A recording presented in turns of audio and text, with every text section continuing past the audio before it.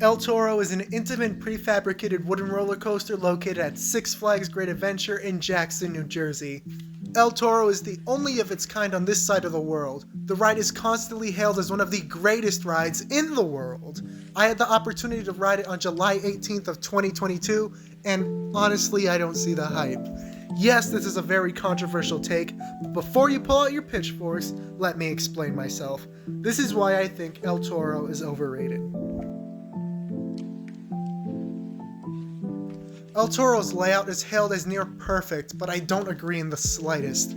I will give the ride this: the first drop, Camelbacks, and Rolling Thunder Hill are all amazing. Some of the best elements on any ride I've ridden. If the ride was as consistent as these elements, it'd easily be in my top 5, but everything else is a bit of a letdown.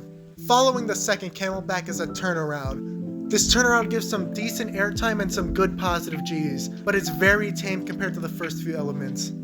The next few speed hills deliver very weak ejector, and then the twister section just kinda tosses you around. These parts of the ride are not bad at all, but I have experienced similar elements with much better execution on other wooden coasters. The first turnaround is really solid forces wise, but the speed hills don't deliver any notable airtime. Great American Scream Machine at Over Georgia delivered much better airtime on my visit just 3 weeks prior on June 28th.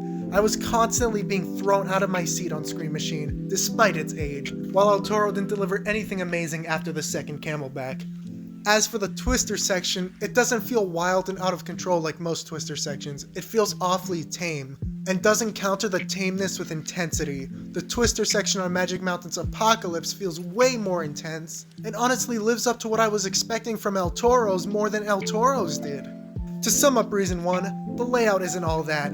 Great first few elements, but the filler ones are awfully forgettable and really bring the ride down. One of the many things I was hyped for about El Toro was the apparent smooth ride it delivered, as opposed to other wooden coasters, which can be very rough. My ride in July was not smooth in the slightest. Multiple times on the ride it felt like we were being hit by a semi-truck or something, which I could tell you was not intended. Many elements had jolts, like many of the turns for example.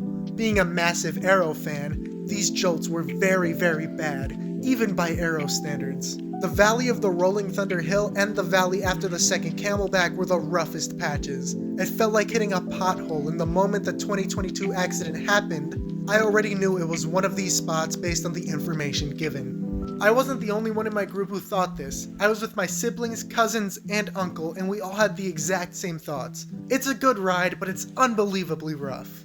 I got smoother rides on the Coney Island Cyclone just a week later. If this is how the prefabs run, I'm disappointed. I can deal with roughness, but not if the positives don't outweigh it. This is why rides like Viper, Great American Scream Machine, and X2 are very high on my rankings.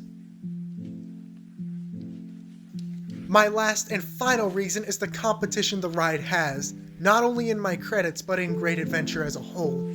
As for just my credits, I found many of the other wooden coasters I've been on much more enjoyable.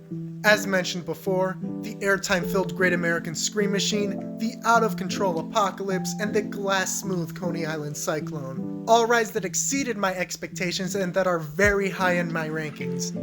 Going back to Great Adventure alone, I found many of the other attractions much more enjoyable.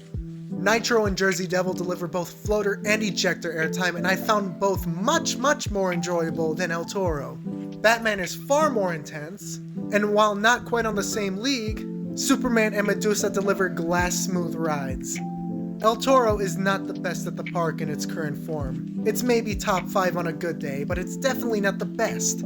I'd personally say the star of the park is King Dakar. This ride truly brings this park from just a good to truly elite one. And it puts El Toro to shame. But to sum up my reasons, reason 1, the layout is just okay. It works, but it's nothing to write home about. Reason 2, the ride is unbearably rough, and its positives don't outweigh that negative.